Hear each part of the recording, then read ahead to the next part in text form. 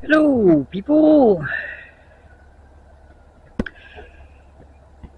So, what is wrong with my Jeep Compass? Um, well, before I seriously get into that, a week before this, I bought that Dodge Caliber. Yeah, the rocker panels are rusted out on both sides under the passenger back doors. Why? Well, lack of engineering. Hello, there's Simba. Say hi, Simba.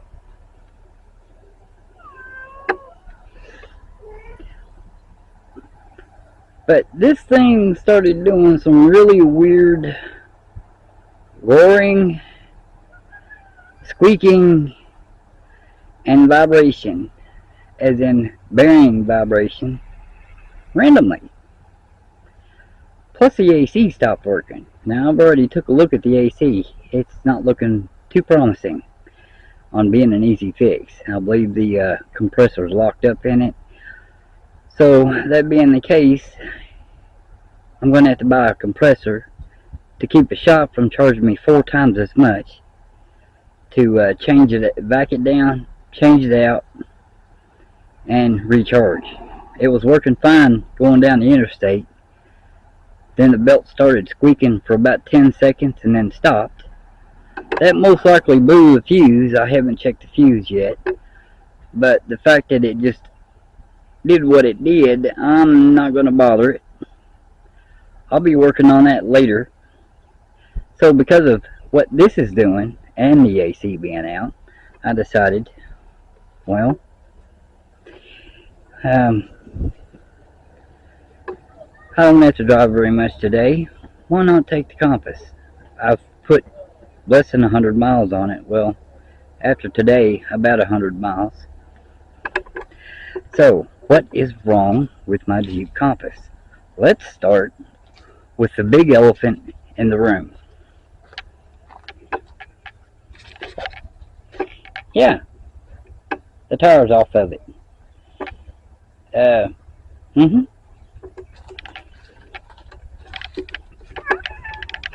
Somebody see what's missing here? There's the ball joint, the ball that's supposed to be in the joint, and it actually pulled the, let me find, CV joint axle out of the transmission. So now the transmission has no fluid. It's empty. I was going to have to change the transmission fluid in both filters, cooling side and in the pan, anyway, because of the overheat on the interstate problem. But now,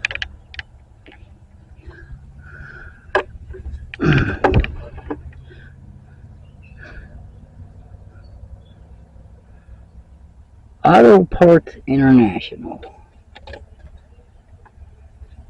That strut's been replaced.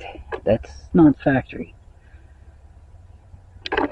But it's about to get replaced again. Alright, so on takeoff, from time to time, I could hear the lower control arm kind of bump. So I'm going to end up doing some front end work. Brakes look like they're okay. I'll cross that bridge when the time comes. But according to the back shoe, they're practically new. May not have to do that. And the tire, well, it didn't fare so well. Hey, Simba. Say hi.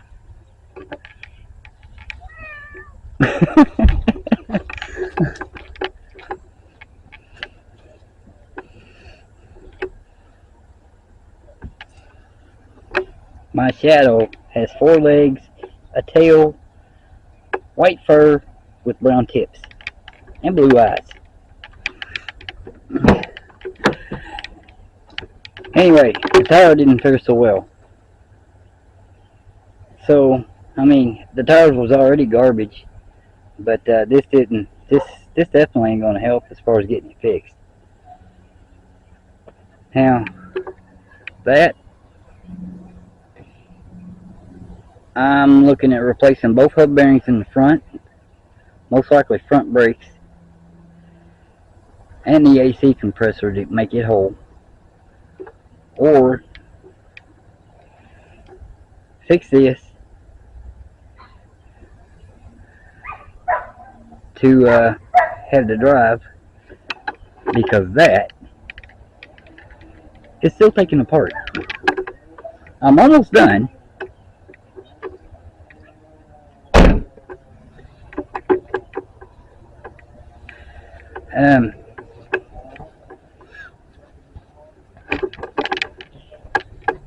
Primed.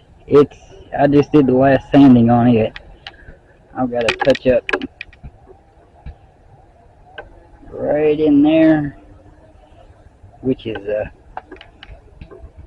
yeah, right in this, right in the edge.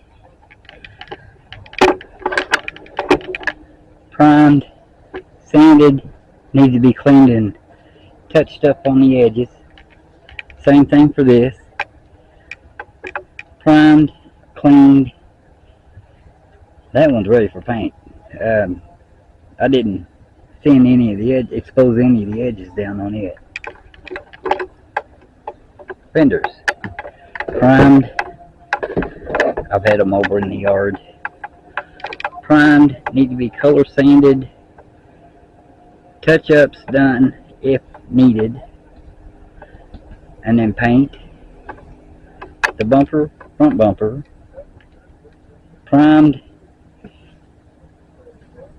need to be wet sanded and painted. So, making progress, just in my own pace, because that's what I want to do. Anyway, people, just thought I'd make this video to let you know what's up, because I know I said something about taking this thing apart and finding out what's wrong with it exactly. Well, the elephant in the room is right there for sure. So what I'm going to do with this is replace both roller control arms with ball joints. I'll probably go ahead and replace the struts. One of those struts up front, regardless if they're new or not, one of them's bad because when you hit a bump, you can feel it do this. It's like this strut's okay. This back strut passenger side is okay, but this one and the one over on this rear passenger and front driver's side is bad. Because the car, you hit a bump, it does this. It's kind of annoying, actually. Okay, people. Until next time, I'll see you again when I'm working on that. That is almost ready to paint with all the parts that I've got primed. Between the front bumper and the 4 door panels, that'll scoot me to the back end of the car. And then, of course, I've got some trim to go along the bottom, both sides along the bottom, and then a plastic trim over the top. And I can no longer find the primer that I'm looking for, but Rust-Oleum does make a different type. It's meant for all surface, and that's what I'm going to go after, and it's cheaper. I just hope it works. It's meant for multi-surface, so it should do plastic okay. I know it does show working on vinyl, so maybe.